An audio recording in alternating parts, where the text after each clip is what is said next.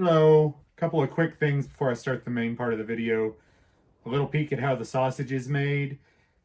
I recorded the video for this a couple of days before my surgery. I was actually doing a medicine run for a person close to me who's COVID positive.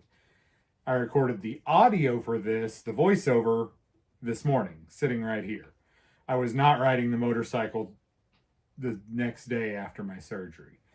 I do keep some footage in the can, and I'm hoping maybe I can put out a couple of videos while I'm laid up here. Also, the sky on this particular afternoon was amazing. The video really doesn't do it justice. Next, thanks to everyone for all the well wishes. Sincerely, I appreciate it. I'm right about 24 hours out from surgery right now. I'm doing okay. Standing and walking are a little rough, but I can handle it. Coughing, sneezing, farting are darn rough, but I'm surviving. So, thanks. Enjoy the video.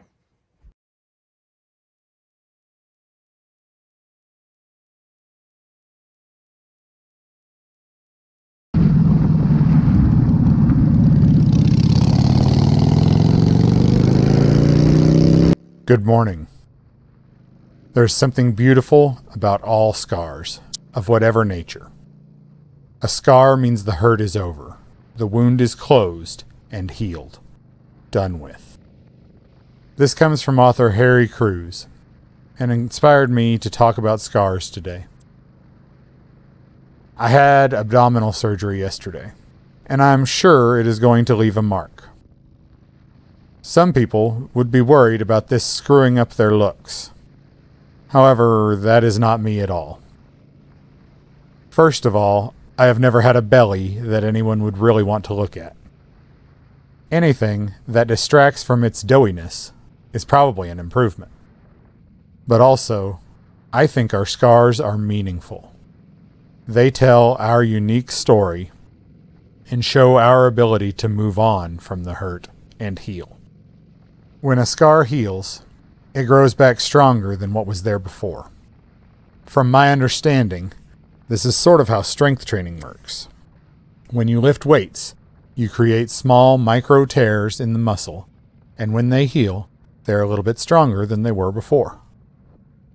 I have a round dip in the skin on the top of my right foot. It is a really good reminder to always practice good muzzle and trigger discipline. I have lines on both knees from learning to ride a bicycle, but I sure haven't forgotten how. I have a pink spot on my right bicep.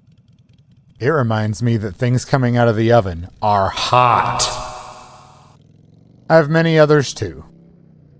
Not all of them bear some important lesson, but I'm proud of them. They show the story of my life, the things I have been through and grown tougher because of. But not all scars are visible. The ones you cannot see are from the deepest wounds that hurt the most and take the longest to heal. If you could look inside and find my tiny heart, you would see the mark from a huge wound which practically tore it in half. It came from the death of a loved one when I was 12, and the rest of my family bears one very much like it. That was the most painful thing I had been through in my life up to that point. Much worse than shooting myself in the foot. And it took years to heal. But you can bet your bottom dollar that it grew back stronger. With superficial wounds, the ways to heal are pretty easy to understand.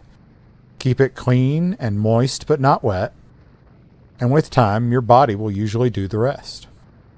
Healing the wounds on our souls is a lot harder. Time is still a major factor, but you might need a lot more of it.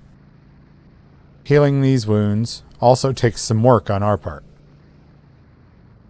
First, we have to accept what has happened as truth and realize that nothing we can do will change it. We also must acknowledge that it hurt us. Second, we have to decide to move on, to become better than we were before. If your boyfriend cheated on you, this may mean being more selective and trying not to give your love to dirtbags. If it is your brother's alcoholism that has hurt you, it may mean setting up boundaries and choosing not to be an enabler. Third, we must know when to get help. When I was 13, I sliced my left calf horizontally, about 6 inches long and an inch deep. You can still see the dots along the edges where a country doctor stitched it back together. Sometimes our emotional wounds need to be sewn too. This could be seeing a therapist, or it could mean talking with your priest or a trusted friend. Just like going to the hospital to get stitches on a laceration does not mean weakness, neither does getting some help for an emotional trauma. Scars can burden us too, if the wound does not heal correctly. The surgery I just had was complicated by me having a lot of old scar tissue and adhesions on my intestines, probably from a serious case of gangrene in my gut the better part of a decade ago. Sometimes our emotional scars can cause problems too. If we focus on the hurt, instead of trying to take something positive away, they can consume us and become the main driver in who we are. In the case of the cheating boyfriend, if it hardens your heart against giving your love to anyone, it could keep you from having the joy of a partner. Just like we have to take proper care of a physical wound to make sure it heals correctly, we have to take proper care of an emotional one too.